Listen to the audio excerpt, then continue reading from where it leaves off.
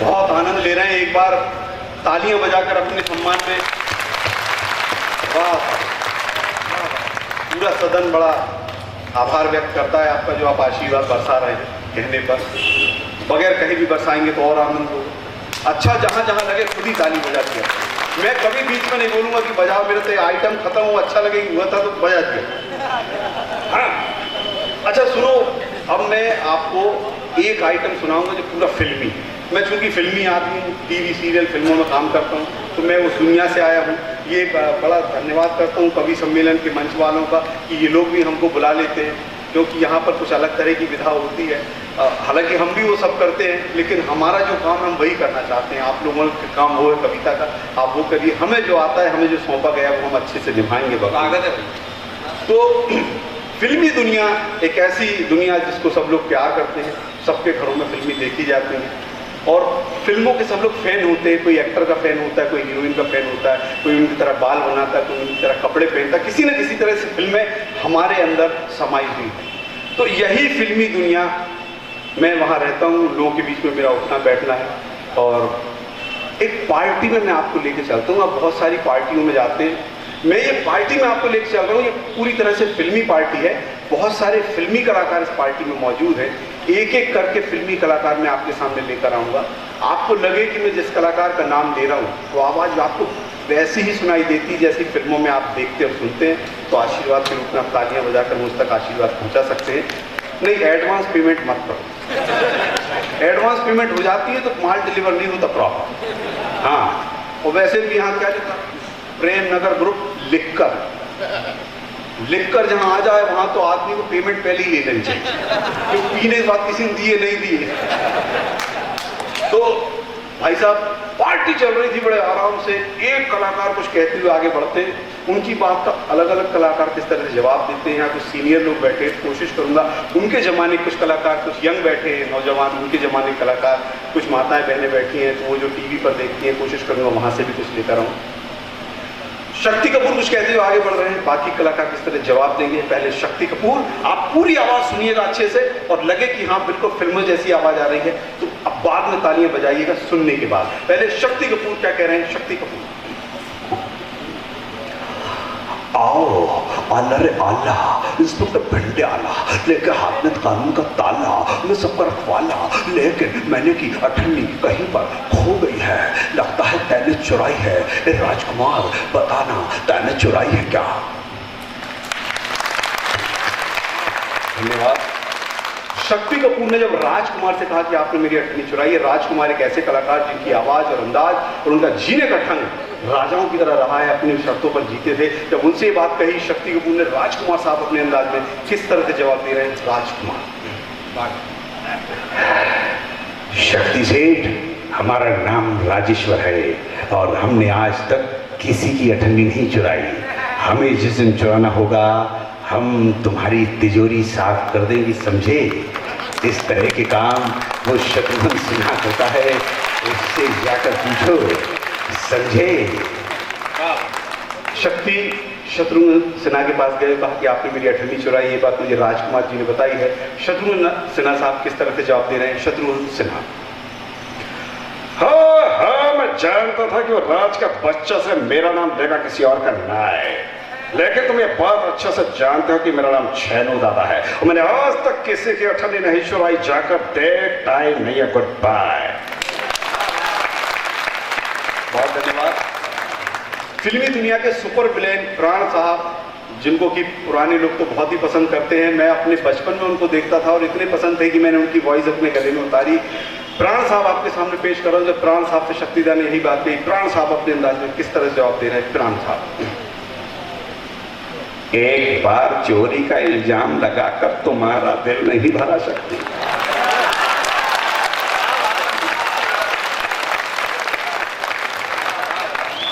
एक बार चोरी का इल्जाम लगाकर तुम्हारा दिल नहीं भरा शक्ति, जो आज मुझ पर इस भरी पार्टी में अठन्नी चुराने का इल्जाम लगा रहे। याद रखना, अगर मेरी जेब में तुम्हारी अठन्नी नहीं निकली तो फिर ना कहना कि माइकल दारू पीकर दंगा करता है।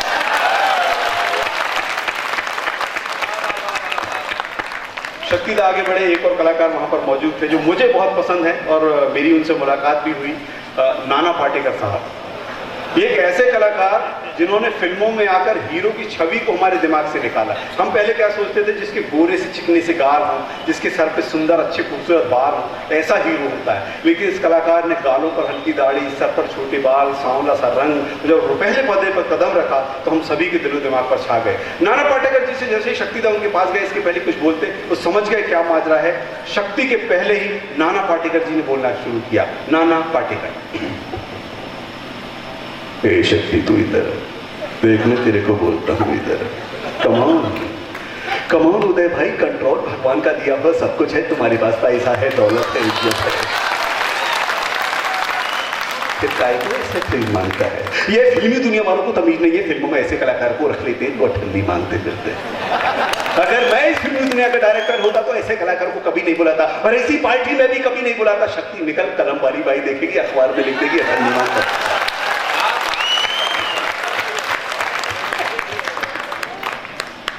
शक्ति दा आगे बढ़े, एक और कलाकार वहां पर मौजूद थे। पहले इनकी आवाज सुनकर जो छोटे बच्चे होते थे वो डर जाते थे, लेकिन जब टेलीविजन पर रोज रोज बहुत सारी फिल्में आने लगी तो इन कलाकारों के इतने नजदीक पहुंच गए कि अब डरते नहीं बल्कि खुश होते। मैं बात कर रहा हूँ बच्चों के मुगैम्बो फिल्मी दुनिया के अमरीश पुरी साहब की। जब शक्ति दा ने उनसे यही बात कही, अमरीश पुरी साहब किस तरह से जवाब दे रहे हैं। अमरीश पुरी, बछड़ा, अरे बछड़ा, इतने लठ मारूंगा, पट कर दूंगा, क्योंकि सारी दुनिया रॉन्ग हो सकती है पर डोंग कभी रॉन्ग नहीं होता। अरे भाई शक्ति, मैं तो समझता था कि दुनिया में सबसे बड़ा कमीना मैं ही हूं, पर तूने इस भरी पार्टी में ठंडी मारकर साबित कर दिया कि तुझसे बड़ा कमीना कोई नहीं है। शक्ति आगे बढ़े, एक कलाकार वहां पर और मौजूद थे जिनकी वॉइस मुझे बहुत पसंद है। एक फिल्म आई थी शान, बड़ी ही सुपरहिट फिल्म थी शान, और बीच में एक टीवी शो आया था हेलो कौन पहचान कौन, मैंने उसमें वो गेटअप लेकर वो एक्ट भी प्ले किया था।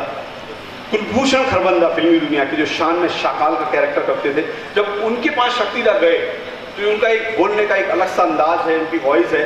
इसके पहले कि शक्ति दा कुछ बोलते, शाकाल यानी कुलभूषण खरबंदा ने बोलना शुरू किया, शाकाल। Sit down gentleman.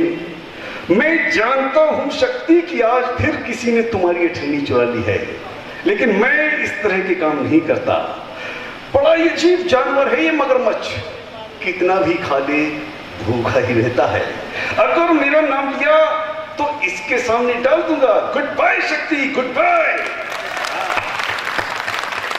शक्ति दा आगे बढ़े, महाभारत सीरियल आता था, हम तो बहुत छोटे थे, यहाँ पर जो लोग बड़े बुजुर्ग बैठे हुए हैं उनमें तो अपने बहुत यंगेस्ट टाइम में देखा है, हम तो बचपन में देखते थे।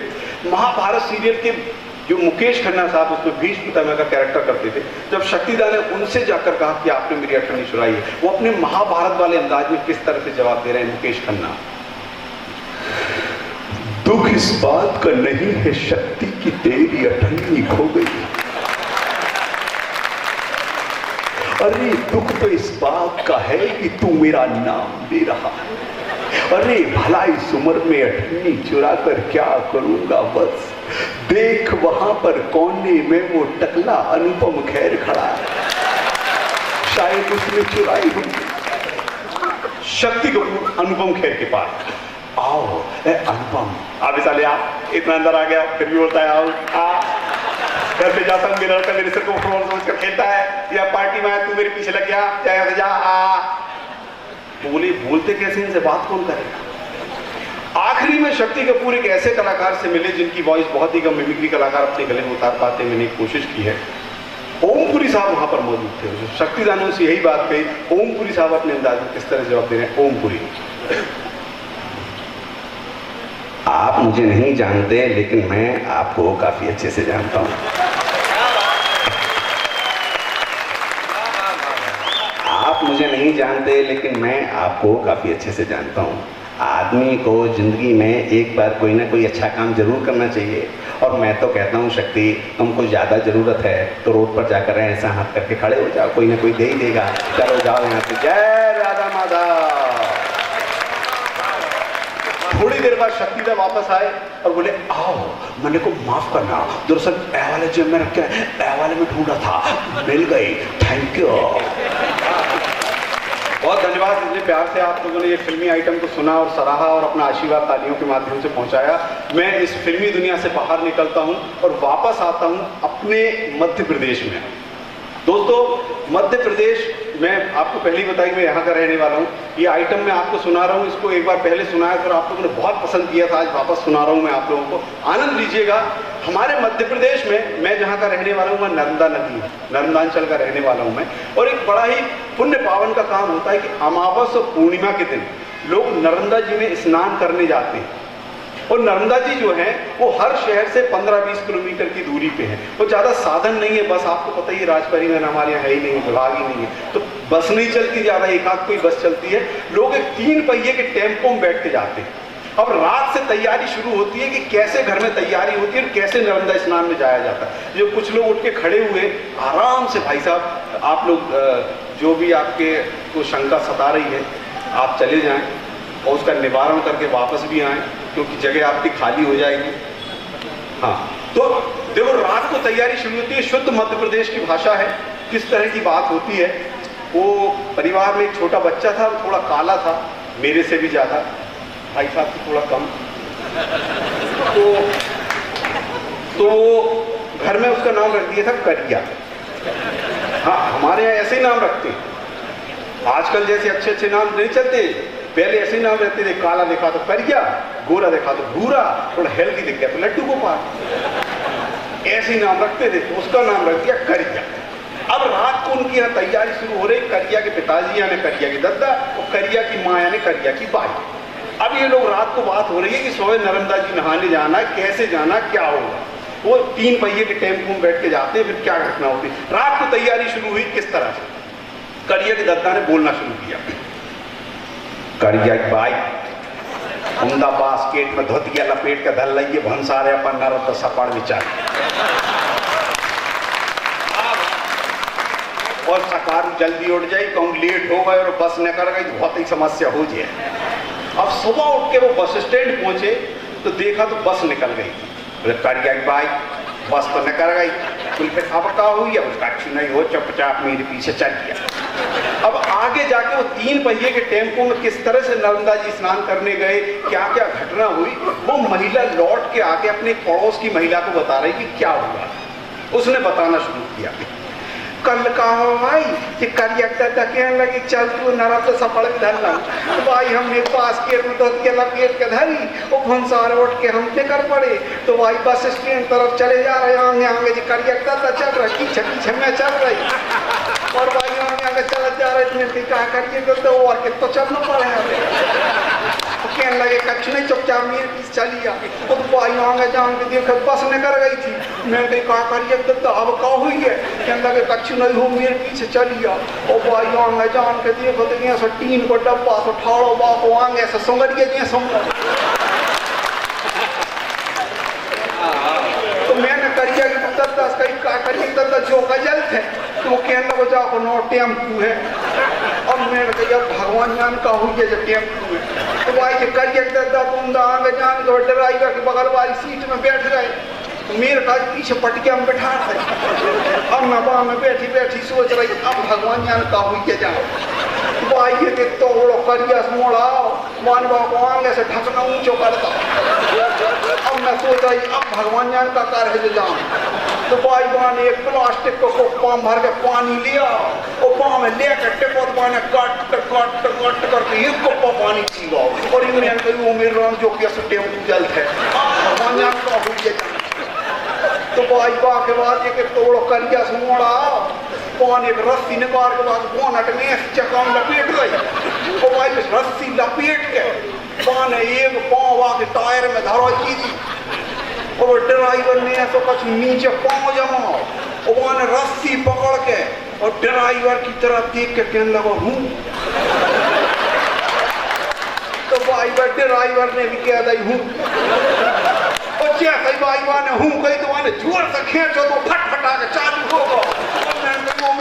भगवान जान का हुई है जान भाई को यहाँ तो कछ टग भगवान से लगो। अब मैं सोच रही है कि भाई भगवान जाने आपका हो जाएगा कितने में भाई वो ड्राइवर के बगल में एक टीर हो से हैंडल लगो तो बान बात को के भीतर करो भाई फिर बाहर निकालो फिर भीतर कर दो मेरो धक हो मैंने बगल वाली भाई से कही क्या बात है। मैंने बगल वाली भाई से पूछी काजी जी जो का जलते तो कहने लग जाओ नौ गियर है जैसे चलाते धीरे धीरे चल रहा हूँ फुटक मगा तो चलो जा रहा हूँ और एक रफ्ता पे धीरे धीरे यहाँ सो चढ़ रहा हूँ तो मैंने कही कायदे ड्राइवर भैया जो यहाँ सो चढ़ा चढ़ा यहाँ सो हो जा तो तू तो रोक दे तो मैं उतर जाऊँ तो वो कहने लगा रोकत नहीं हूँ रोकूं तो पीछे लुढ़क तो मैंने कहीं फिर लगा जान और भाई छोड़ो आने जान तो वो पानी के डबरा में आओ फिर काय की नरदा जी वही डबरा में सपड़ के लौट गया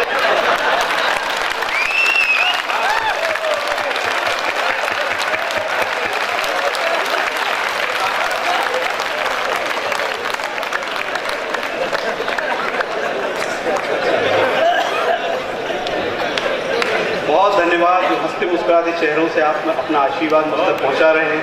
बहुत बहुत आपको नमस्कार करता हूं, प्रणाम करता हूं।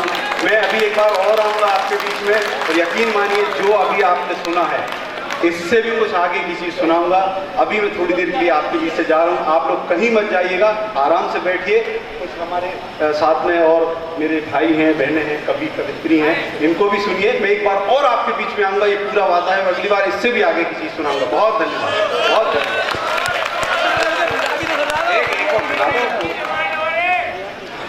देखिए मैं आपको बताऊं, मैंने आपको बताया था कि मैं मध्य प्रदेश का ही रहने वाला हूँ। अच्छा ऐसा क्या होता है, थोड़ा ज़्यादा हंस लेते हैं तो कुछ लोग उठ के खड़े हो जाते हैं, मतलब अंदर बिजली पैदा हो जाती है।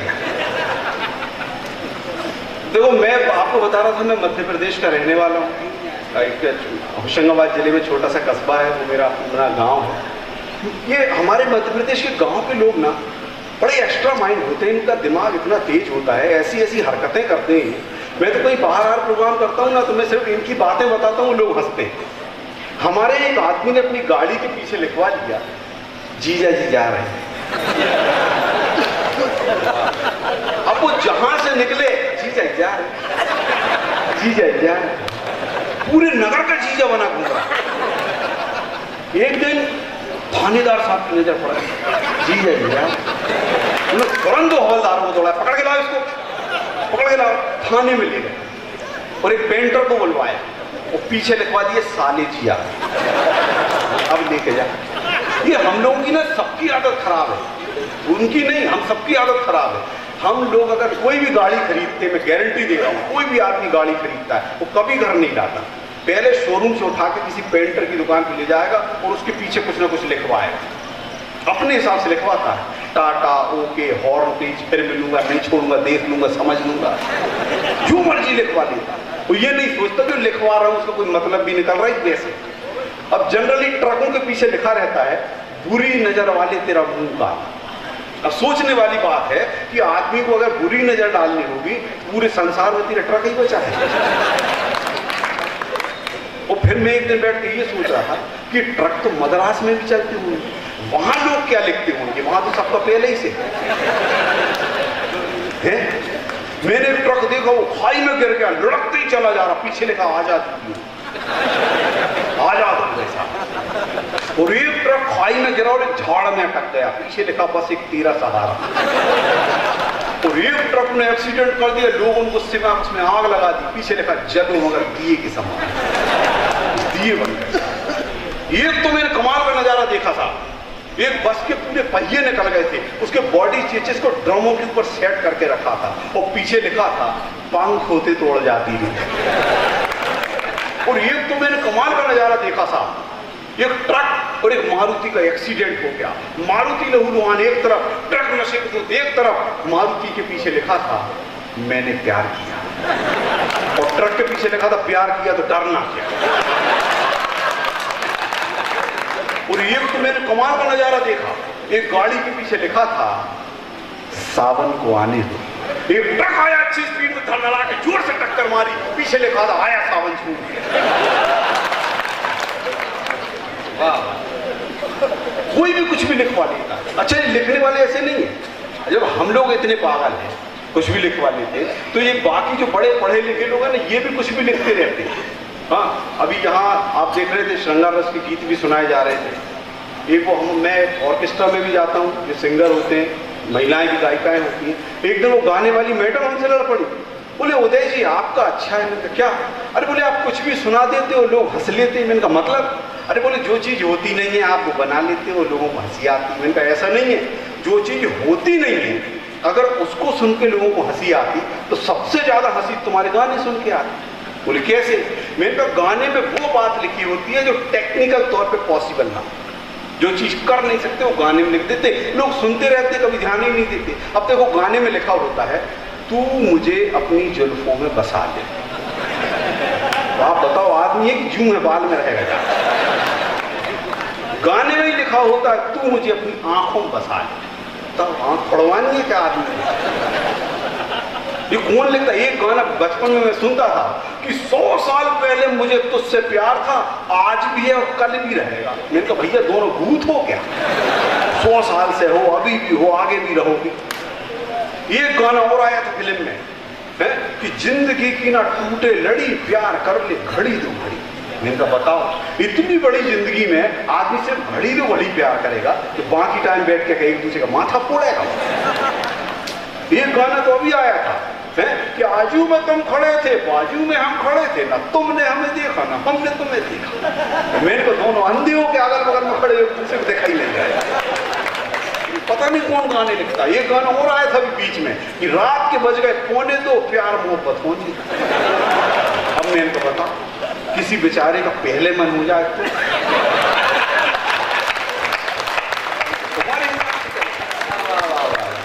ये कौन गाने लिखता है भाई साहब, मेरी समझ में नहीं आता। एक गाना आया दिल्ली से गई मुंबई, मुंबई से गई पूना, पूना से गई पटना, फिर भी ना मिला सजना। मैंने तो गुना आ जाती,